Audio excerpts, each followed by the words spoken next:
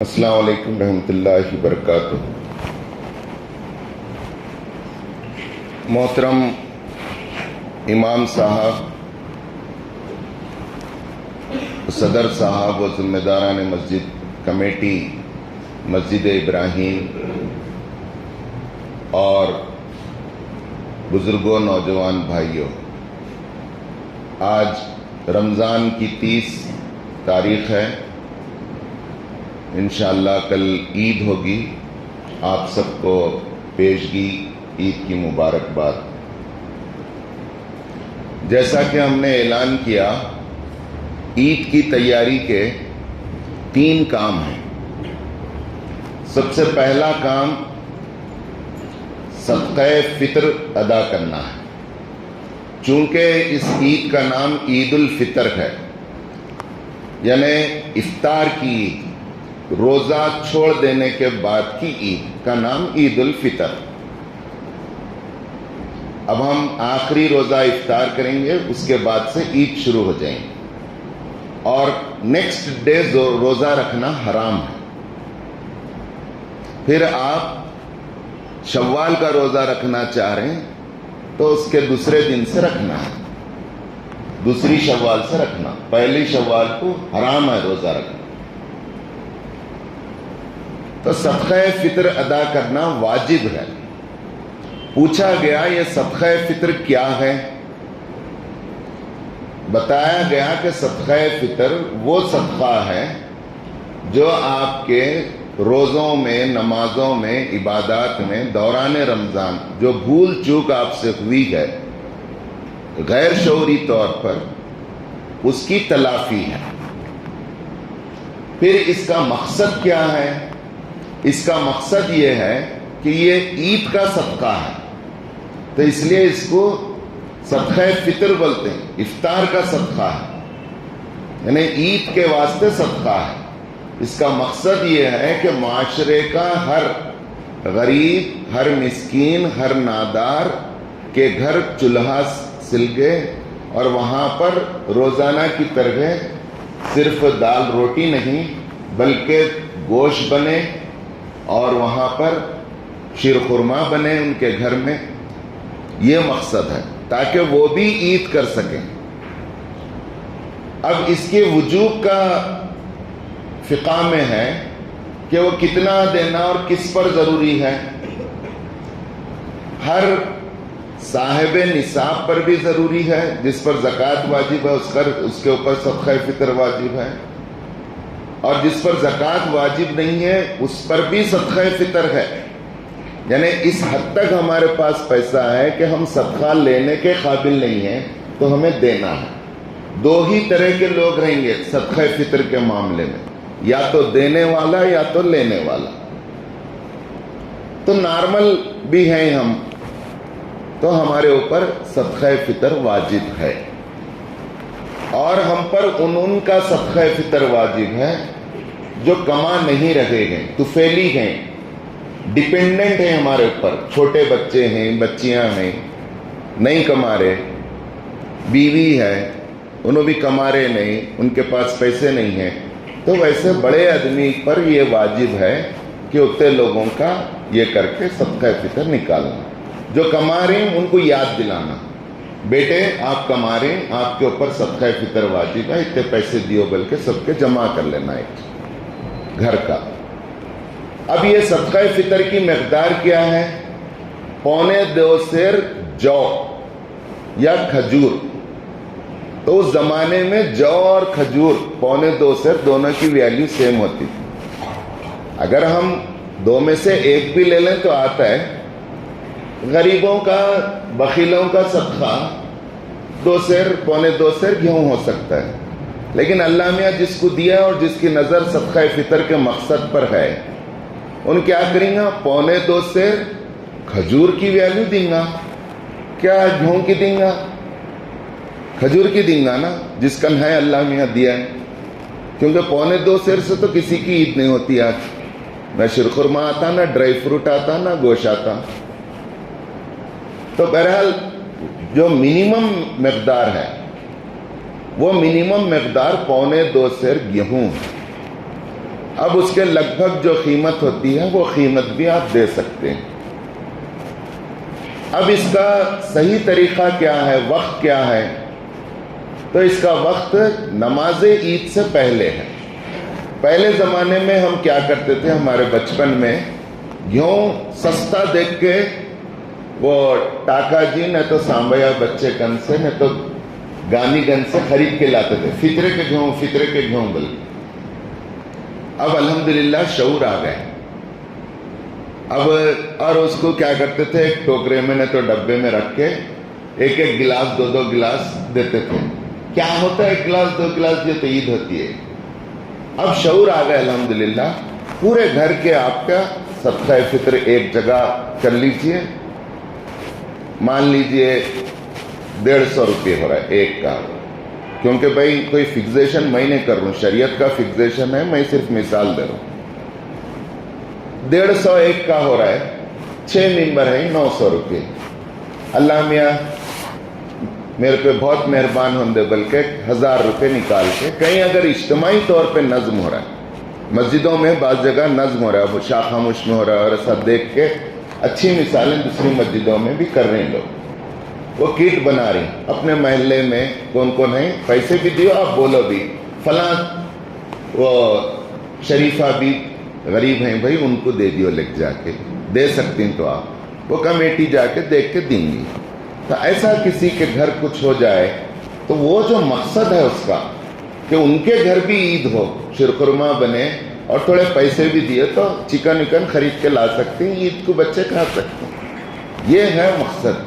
کیا پیارا دین ہے، کیا نظام ہے، آپ اندازہ کیجیے۔ امام ابو حنیفہ، ہم سب احناف ہیں، ہماری اکثریت حنفی مسلک کی ہے، اللہ ماشاءاللہ کوئی دوسرے مسلک کے ہوں، تو امام ابو حنیفہ رحمۃ اللہ علیہ فرماتے ہیں اگر عید کے دن طلوع فجر کے بعد اگر بچہ پیدا ہو گھر میں تو اس بچے پر بھی صدقہ فطر ہے، یعنی اس کے باپ کو دینا ہے، ماں باپ کو دینا ہے۔ دے رہے نہیں آپ تو لینے کے قابل رہنا، اپنے دل سے پوچھ لو میں منگنے کے قابل ہوں کیا، صدقہ روڈ پہ ٹھہر کے گھروں کو جا جا کے منگنے کے قابل ہوں تو لیو۔ ضروری نہیں ہے کہ منگنے والوں کو دے کے پورے ختم کرنا، جو منگنے نہیں آ رہے ان کو لکھ جا کے ایک جگہ بھی آپ 1000 روپے دے سکتے ہیں، ایک جگہ 2 جگہ لکھ جا کے ایک جگہ 500 ایک جگہ 500 خاموشی سے دے دیے، ان کو بولنے کی ضرورت نہیں ہے صدقہ فطر ہے، بھائی آپ نیت کر لیو بس صدقہ فطر آ جاؤ۔ بہرحال صدقہ فطر نماز سے پہلے ادا ہونا ہماری نماز کے صحت کے لیے ضروری ہے۔ دوسرا اہم کام جو اکثر ہم بھول جاتے ہیں، صدقہ فطر تو دے رہے ہیں، یہ زکوٰۃ سے ہٹ کے ہے، دیکھیے، اور جو بھی اب تک خیرات کرے اس سے ہٹ کے ہے۔ صدقہ فطر الگ ہے جو نماز سے پہلے دیا جاتا ہے، اس لیے کیا کرو آج صبح سے شروع کر دیا تو اس کا مقصد پورا ہوگا، اور صدقہ فطر کی نیت کرنا ہوگا آپ کو۔ دوسرا اہم کام، چاند رات کی رات کو حدیث میں لیلۃ الجائزہ کہا گیا۔ لیلۃ الجائزہ بولے تو اللہ تعالیٰ مزدور کو مزدوری پہ لگائے، اس مزدور کی اللہ تعالیٰ مزدوری دے دیں گے آج، تو ہم اللہ سے آج رات میں بھی تہجد میں اٹھ کے دعا کرنا، اللہ ہمارے روزے نمازاں تراویح کیا اللہ کے حکم پہ چھپ کریں گے، اور کیا آسان عبادت تھی، کیسا گرما تھا، لیکن ہم اللہ تعالیٰ ہم کو صبر دیا، اس کو ہم اللہ کے ڈر سے اللہ کی محبت میں ہم پورا کرے، تو اللہ سے اجر طلب کرنا۔ آج کی رات اپنے گناہوں کی معافی، اجر کی طلبی، مغفرت کی رات ہے، لیلۃ الجائزہ ہے، تو کوشش یہ کیجئے جتنی شاپنگ ہے گھر میں بول دیو، بچوں کو بول دیو، دیکھو بھائی جن کو نہیں معلوم انہوں روڈوں پہ رات میں پھرتے ہیں، پھر اندے بنینا خرید لیتے پھر رہی ہیں، انڈر ویئراں خرید رہی ہیں، کوئی تاج خرید رہا، کئی کو رات میں ضروری ہے کیا، دن بھر کیا کرتے ہیں تو رات ایسا پھرنے تماشا کرنے کو نہیں ہے۔ رات آپ نماز پڑھو، اس کے بعد عبادت کرو، پھر جلدی اٹھو، جیسا روزانہ تہجد پڑھتے تھے سحری کو، سحری نہ کو کرو، اٹھ کے تہجد پڑھو اور پھر عید کی تیاری کرو۔ تیسرا کام، عید الفطر کے دن جلدی تیار ہونا، اچھے کپڑے پہن لینا، خوشبو لگانا اور پھر عیدگاہ کو جانا۔ اس میں بھی کیا مقصد ہے عیدگاہ کو جانا؟ اور 2 رکعت نماز 6 زائد تکبیروں کے ساتھ عیدگاہ میں پڑھنا، یہ واجب ہے۔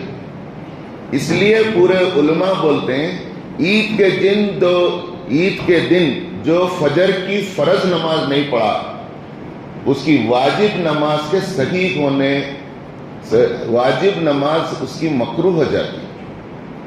اس لیے بعض خطیب حضرات، پہلے مظفر حسینی صاحب تھے نہیں، اللہ ان کی مغفرت فرمائے، انہوں اعلان کرتے تھے جو فجر کی نماز نہیں پڑھے عیدگاہ میں قضا کر کے پہلے پڑھو، بلکہ انہوں پڑھاتے تھے نماز ہمارے بچپن میں، اس کے بعد تم عید کی پڑھنا بولتے تھے۔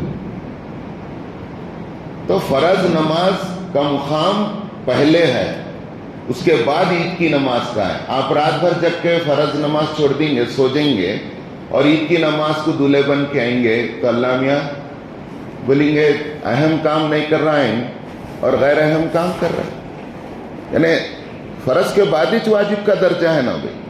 کوئی تراویح چل رہی ہے، واجب الوتر چل رہا ہے، فرض نہیں پڑھا تو پہلے وہ پڑھتا ہے کیا؟ اس کو حکم ہے پہلے 4 رکعت عشاء کی فرض پڑھا، اس کے بعد تو نفل نماز، سنت نماز، واجب نماز پڑھنا۔ تو کل کی فجر بھی بہت اہم ہے، روز کی اہم ہے، کل کی اس لیے اہم ہے کہ اس کے بعد ہم واجب ادا کرتے ہیں۔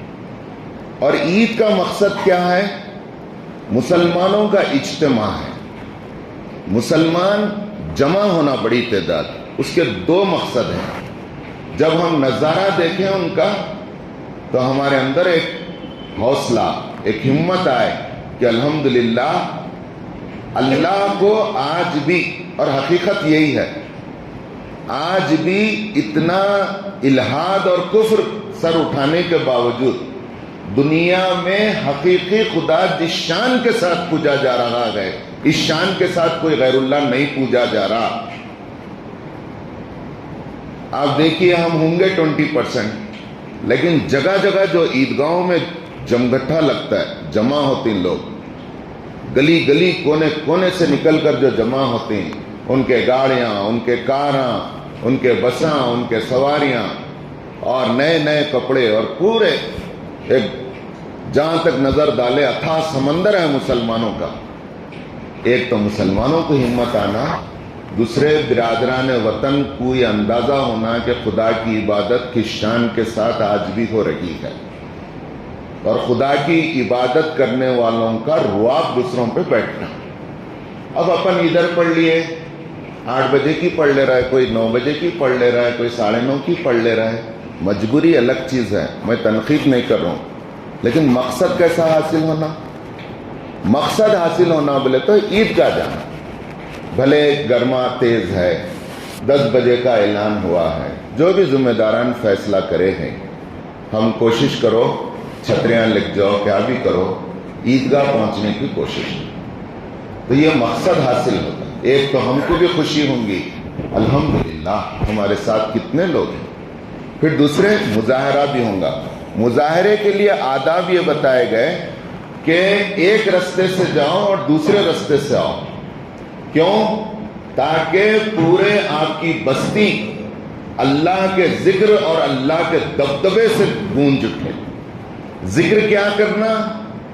تکبیر پڑھنا، اللہ اکبر اللہ اکبر، لا الہ الا اللہ واللہ اکبر اللہ اکبر وللہ الحمد۔ یہ تکبیر رمضان کی عید کو ذرا آہستہ سے پڑھنا، آہستہ بولے تو اپنے بازو والے کو تو بھی سنے آنا، بقرعید کی عید کو ابھی ذرا زیادہ زور سے پڑھنا، اور یہ پڑھ لیتے جانا رستے میں، تیرے کپڑے کتنے کے ہیں رے، میرے کپڑے کیسے ہیں، وہ باتیں نہیں کرنا، میرا جوتا اچھا کیا، تیری چپل اچھی، وہ سب نہیں۔